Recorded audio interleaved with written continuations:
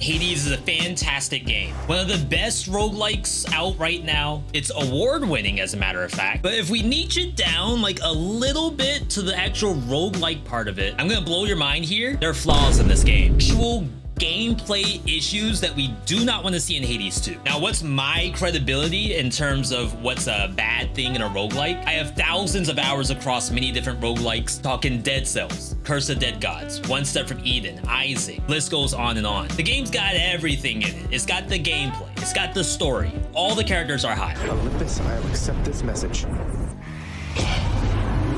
Hey there, Zagman, nice. But as we approach Hades 2, Melinoe, or Melino, whatever her name is, get your pen and paper ready, because I'm gonna give you everything wrong with Hades. Stupid boy, you shall never reach the surface. You'll have a better home where you belong, here on Olympus. And to help you on your journey, have my blessing. The Olympians shall make powerful allies. All right, so let's start off with actually playing the game. As a roguelite, Hades has permanent progression. In some ways, it's true that Hades gets easier, but in reality, Zagreus is only becoming his true godlike self as you play through the game. Things such as additional dashes, additional casts, and Death Defiance are monumental and sometimes even a core component of your actual build, as well as construction that changes some of the areas of each stage that you go through in the game. So what makes this so bad, considering that so many games have meta progression to it? In Hades, the meta progression is sometimes linked as an alternate route to a route that is actually making your run better. That means the game is making you choose A, level up Zagreus as a whole, or B, actually win. Would you like to visit a shop to buy that Athena dash you've been looking for? Or would you rather level up that mirror? Or maybe our good buddy Patty has Death Defiances for you, but you might pass that because you want some gemstones or something. Now, I'm not gonna comment on the actual grinding portion of it.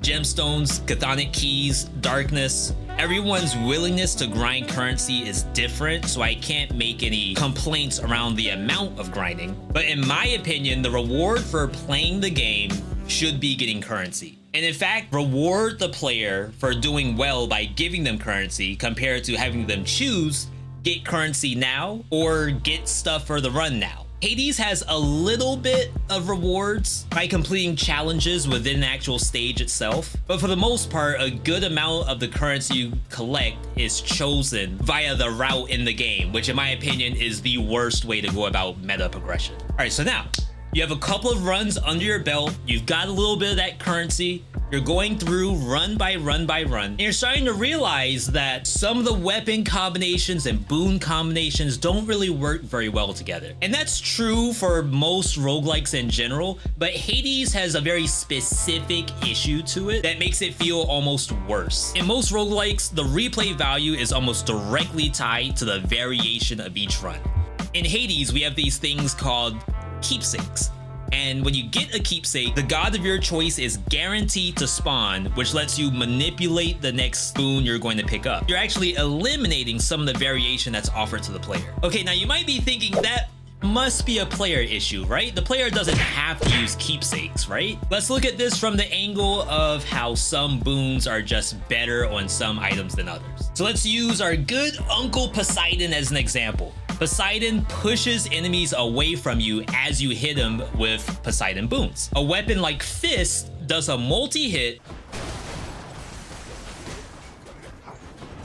Why am I using a Poseidon boon with Fist? Does anyone know? All of a sudden, the rest of the combo isn't connecting. So as the player, you'll quickly learn that you might be better off taking something like Zeus. Furthermore, if I was a betting man, I would put money on if there was a graph on the most picked keepsake, it would be Athena's keepsake. And for those of you who know Hades, you know why. Athena's dash is so good that you can use the keepsake almost every time to force it to show up. Again, the player does opt into this, but knowing that there's potentially inferior keepsakes to take, their use is ultimately reduced and ultimately leads to a balance issue. Now, speaking of balance, Hades has, 9 patches since 2018? Of those, only 4 were balance patches. We know now that Hades 2 has been in the works. The lack of balancing underperformers and adding new content gets a pass here. But as you progress through the game, this imbalance between weapons, aspects, keepsakes, and everything else in Zagreus kit get worse and worse as the difficulty goes up. And I'll talk about the difficulty a little later. But basically, once you see each god boon with each aspect, you'll quickly discover which ones to use and which ones to avoid. And really the only time you would deviate from that is if either you're memeing or you're going for some kind of record. From a roguelike perspective, Hades' difficulty system is probably the best and worst system at the same time. Known as the Pact of Punishment, you increase the heat level of the game through various levers until you reach the desired amount of pain. And some of Pact of Punishment is actually really cool. There's the simple stuff like buffs to enemy health and enemy damage dealt, but the really cool parts are upgraded bosses and then actual speedrun requirements. Now don't worry, trying to get max difficulty wins doesn't do anything for achievements really. It's really just there for people like me and I'm sure the thousands or hundreds of thousands of others who enjoy pushing difficulty in games. But as I said, it's the best and worst system because as you go up and up, the entertainment value goes down and down. It isn't simply that it's just hard and it becomes a get good. There are actually unfair and downright unplayable situations at higher heats that make it actually god-awful. For example, some weapons and aspects excel at single target damage, but with the heat system, some enemies are given burst damage immunity. That means they can't be one-shot. Another example, lowering healing goes all the way down to 0 healing received. And this gets to the point where players have actually decided that the best way to get your HP back up during a run is to die and revive anytime your HP goes down below a certain percent. And then perhaps the most infamous of Hades heat climbing is the speedrun requirement. Now let me just say, I actually enjoy the speedrun requirement for a difficulty system, but balance has to come with that too. While normally a fun challenge, the last biome to clear in Hades before the final boss is a literal battle against RNG. You have to clear rooms until you find a sack of food to distract Cerberus for just long enough for you to sneak by into the exit. This sack can appear as early as the end of the second room, or it may appear in the last room. And this is just bad luck. This isn't something like where you didn't kill a certain elite and now the sack is in the 5th room. It's uncontrollable and will literally cost you a win that you really can't do anything about.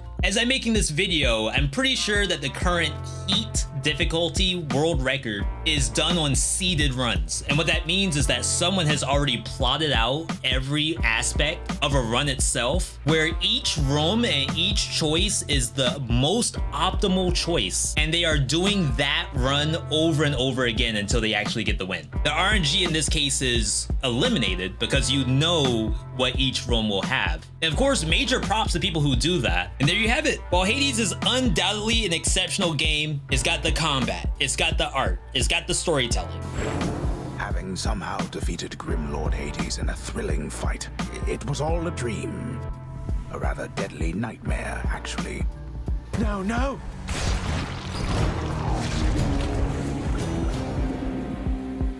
But Hades 2 would do well to avoid these flaws if it wants to cement its place in the Olympus of roguelike games. Now, of course, everything I said today, completely subjective, except for the sack, but I would still love to know your thoughts in the YouTube comments. Don't forget to like, subscribe, and check out all the other roguelike games I play on this channel. Either way, I'll catch you all in Hades 2, hopefully later this year.